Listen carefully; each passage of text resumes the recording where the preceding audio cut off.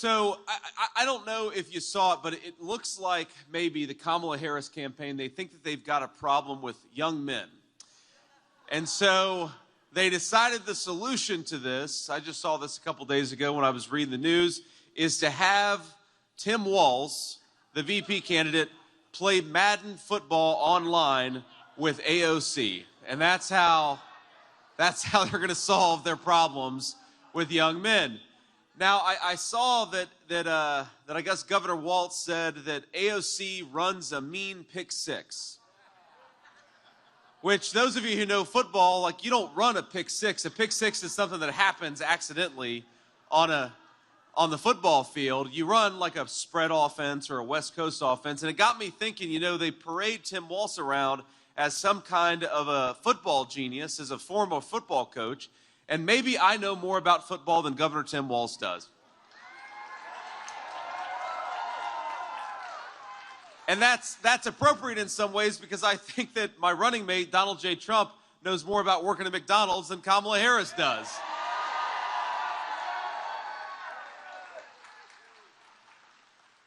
Now, we have a lot of fun, I think, at the Trump-Vance events, in part because I feel like we're winning, and I think everybody can feel the energy on the ground.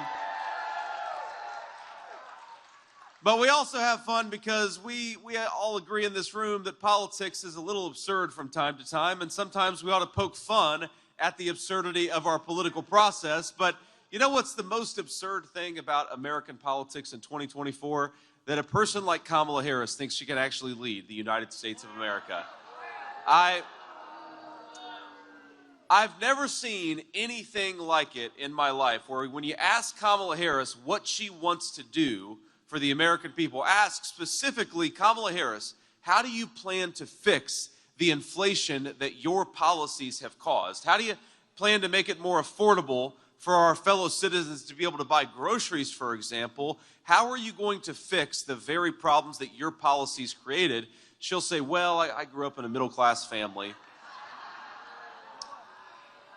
And when you ask her, about the terrible chaos at the southern border, or the chaos that we have all over the globe, how are you going to address the problems that your policies cause? She'll say, well, when I worked at McDonald's, I was really good at making the hash browns.